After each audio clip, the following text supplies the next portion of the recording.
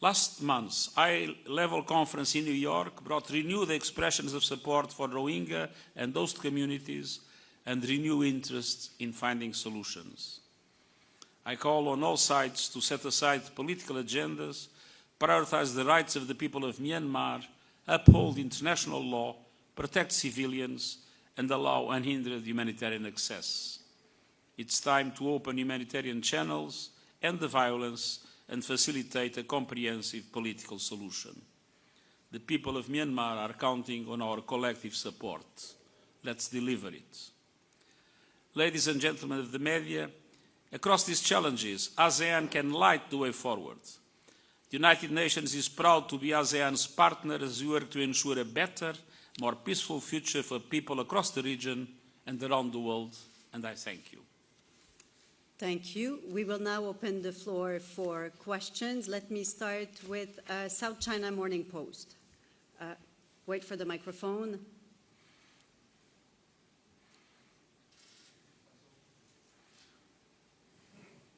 Hello. Great. Got it. Hi, good afternoon, Mr. Guterres. Joseph Sipalan from the South China Morning Post. Just following up on the point you raised on Myanmar. As you mentioned, they're planning to hold an election in December, which will likely exclude more than half of the country and tens of millions of voters who are in conflict areas. What is the UN's position on it, and what would you suggest ASEAN do? Would you suggest that they do what they can to stop the elections until Myanmar meets the 5-point consensus? Thank you. I don't think anybody believes that those elections will be free and fair. I don't think anybody believes those elections will contribute to the solution of the problems of Myanmar. I think this is the moment in which we need to increase humanitarian assistance, to stop the violence, and at the same time to pave the way for a political evolution leading to civilian rule and to respect for a constitutional form of government. Yes. Yeah, okay. I'm Gao Mian from Phoenix TV, and I have two questions. First is China and the United States hold their first economic and trade talks in Kuala Lumpur during the summit. Just repeat. Just go slowly. China and the United States held their first trade talks in Kuala Lumpur during the summits, and this is the first time their talks on trade in Asia country, and yesterday it reached some consensus. So what's its significance for stabilizing the global economy, and how do you view the United States add tariffs to global countries? And the second question is about the United Nations. You proposed cutting 18.8% of staff in 2026 to tackle the financial crisis of United Nations. So will this weaken the United Nations capability, and how to avoid cost cutting leading to incapacity? Thank you. So U.S. the first question. U.S.-China trade talks. The U.S.-China trade talks, and what's your reaction to tariffs and how, to the tariffs and how tariffs go? I am a strong defender of free and fair trade. Trade wars do not benefit anybody. Nobody wins with trade wars. And I think that the present restrictions on trade are having a negative impact in the global economy, and a negative impact essentially on developing countries. So I hope that any trade negotiation that takes place is successful and contributes to establish a regime in which trade is a facilitator of development instead of an obstacle to development. The second question, we are not reforming the UN because of the liquidity crisis that is largely due to the reduction of payments from one main contributor, the United States. What we are doing is recognizing that we can improve, that we can be more efficient, more cost-effective, more able to provide in full respect of our mandates to the people we care for in a more efficient way. We are doing a number of reforms, making the organization leaner but more effective. And that is the reason why there will be a number of reduction of positions in the Secretariat, but not the same everywhere.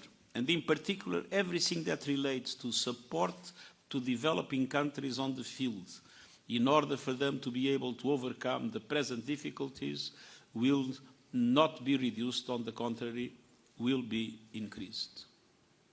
Okay, let me Mr. go Guterres, to I'm Hasif. AFP.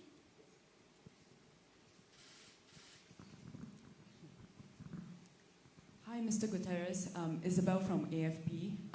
Do you have any updates on Sudan's al-Fashir after paramilitary RSF claimed to have taken control of the city? This represents a terrible escalation in the conflict, and I think it's high time for the international community to tell clearly to all countries that are interfering in this war and that are providing weapons to the parties to the war to stop doing that. Because the level of suffering that we are witnessing in Sudan is unbearable, and it is clear that we have not only a Sudanese problem with an army and the rapid support forces fighting each other, we have more and more an external interference that undermines the possibility to a ceasefire and to a political solution of the problem. Mr. Guterres, I'm Hasif from ASEAN Malaysia. I'm referring to your earlier remarks on the situation in Myanmar and the call for free and fair elections. Sorry, we can't. I'm going to take your question, but speak a little bit slower and put the microphone a little bit away from your mouth and reintroduce yourself, okay? Okay, so sorry, quite nervous. All right, my name is Hasif Idris. I am from ASEAN Malaysia. Referring to your earlier remarks on the situation in Myanmar and the call for free and fair elections, so may I ask, how long will the United Nations continue to only urge or call for action? And when we want to hear concrete measures be taken to ensure accountability and real progress? Thank you, sir. Can you repeat the question? I'm so sorry, we did not understand just the last bit of the question. It was very hard for us to understand.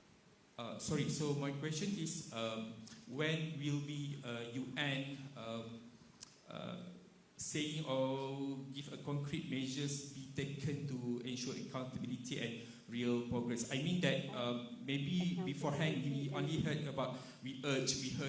So who will be responsible for the action? Is it ASEAN, or how can UN influence ASEAN to take action to the Myanmar? They are suffering now and a lot of issues in Myanmar. What can we do to promote accountability and real progress in Myanmar? Well, the Human Rights Council has just decided the creation of a mechanism of investigation in relation to Myanmar, and I believe this can become an important instrument of accountability. Mm-hmm. Very good. Shanghai Media Group.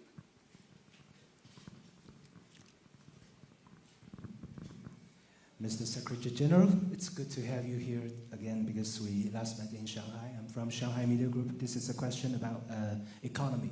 Okay, so ASEAN has made very good progress in fostering the regional economy, and everybody can see that through initiatives like RCEP, right? But however, challenges remain, especially those agreements, how to translate these agreements into such benefits for tangible benefits for all citizens. So what, from your perspective, what can we do?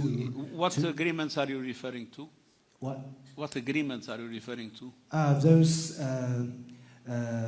initiatives like RCEP, something like that. Those RCEP, RCEP. ASEAN. Yes. RCEP, okay? So what's your point of view? What can we do to ensure that free trade truly contributes to the people's daily life, to the citizens in this area? Thank you. I think that agreements that improve trade, that improve economic cooperation are always positive. But let's have no illusions. There will only be justice and equity. And there will always be the chance for developing countries to be able to overcome the present difficulties if there is an in-depth reform of international financial institutions. It is absolutely essential to have in the organizations that run the global finance, the Bretton Woods system, other international similar institutions, it's absolutely essential that there is a participation of the developing countries that is much bigger, that the voice of developing countries is much more strongly heard in the decision-making processes, and that much more resources are made available for debt relief, for concessional funding, and for all the other requirements without which it will be very difficult for developing countries to overcome the present difficulties, even if they establish good agreements with this or that country in different areas of the economic activity. Very good. Russia today? Wait for the microphone, please. Thank you so much. Thank you, Mr. Guterres. Bonjour. I am a reporter from RT China. So as Russia and China expand their roles within BRICS and strengthen their ties with ASEAN, how can the UN cooperate with this emerging center of influence to build a more balanced and inclusive security architecture in the Asia-Pacific region? Thank you. So multipolarity. I believe that we will only have effective multilateralism when we will have effective multipolarity in the world. I am totally against the world in which superpowers have a dominant role. We need a world in which international law prevails, in which the values of the Charter prevail, and the only way to guarantee it is through more equilibrium in international relations, which means with a true multipolarity that facilitates multilateralism. And I see ASEAN as a very important element in this re-equilibrium in international relations. I believe it's essential to have different countries and groups of countries networking in different aspects of economic and political dimensions and creating with this network a factor of equilibrium that doesn't allow for any abuse of power of any superpower or for a division, a geopolitical division of the world into two parts like it happened in the Cold War. I believe we need harmony, and harmony comes from equilibrium. We need a world in which there is more equilibrium in power, and for that we need to promote a multipolar world, and that multipolarity requires poles, and one of them can be ASEAN. We will take one final question from a local media, Bernama. Hi, I'm Vignesh from Bernama. So, Malaysia earlier expressed interest to join the Gaza peacekeeping mission. I think yesterday the Prime Minister told about it, the interest in Gaza peacekeeping mission from Malaysia. So, what will be the mechanism and what kind of role do you think Malaysia can play? And my second question is also from Malaysia. There is a call to reform UN, including the abolition or limitation of veto power. What's your take on that? First of all, in relation to Gaza, I would like to express my appreciation for what has been the constant, coherent policy of foreign policy of Malaysia that has no double standards and that has been strongly advocating for the right of the Palestinian people to self-determination and statehood. It is not yet clear what kind of force, in what circumstances will be created. What is important now is to make sure that the ceasefire holds, that the phase 1 of the agreement is fully implemented, and the UN is ready to play whatever role the key actors involved in this process will determine. The second question. On reform of the Security Council and the veto. It is clear the Security Council has a problem of legitimacy and a problem of effectiveness. Legitimacy because its composition no longer corresponds to the reality of today's world. We have 3 European permanent members in the Security Council. We have France, the UK and Russia. And we have 1 Asian member, no member from Latin America, no member from Africa. This shows that the Security Council doesn't correspond at all to the world of today. That is why it's so important to have an African representation of 2 permanent members. That's also important to have an increase in the permanent representatives from Asia. Second, there is a problem of effectiveness, and the main element that complicates the effectiveness is indeed the veto power. 2 of the countries, England and France, the UK and France, have presented the proposal to limit the veto power in a certain number of circumstances, and I think it would be very interesting if the members of the Council would seriously consider those proposals. Thank you very much, Secretary-General. Thank you very much, everyone, for joining us today. Thank you.